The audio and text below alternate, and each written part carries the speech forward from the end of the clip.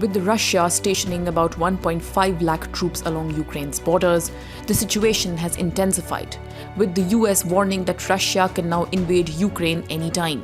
Taking the gravity of the situation into account, the Indian Embassy in Ukraine on February 15 issued an advisory asking all Indians, especially students, to leave Ukraine temporarily amidst the uncertainties.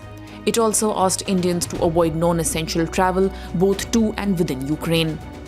The Indian envoy at the UN estimated last month that about 20,000 Indian students are currently in Ukraine.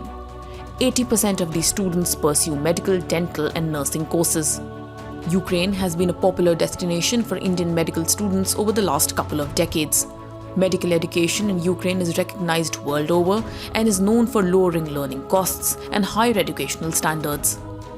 While the tuition fees for MBBS courses in Ukraine ranges from $3,500 to $5,000, which is approximately 2.62 lakh to 3.75 lakh rupees, in India it would cost at least 7 to 10 lakh rupees.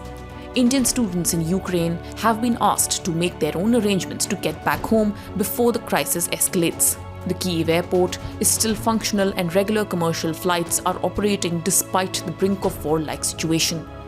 Indian citizens have been advised to get back home before travel facilities are shut down. They have been asked to register with the Indian Embassy website using a Google form. This is being done to help the embassy devise evacuation plans if such a situation arises. Meanwhile, parents of Indian students who have not yet received the temporary resident permit or are awaiting permit renewals have already requested the Indian government for help. The temporary resident permit is essential for re-entry into Ukraine. BSMU, which has the highest number of Indians in Ukrainian universities, has switched to online classes from Tuesday. The university has also asked Indian students to go back home.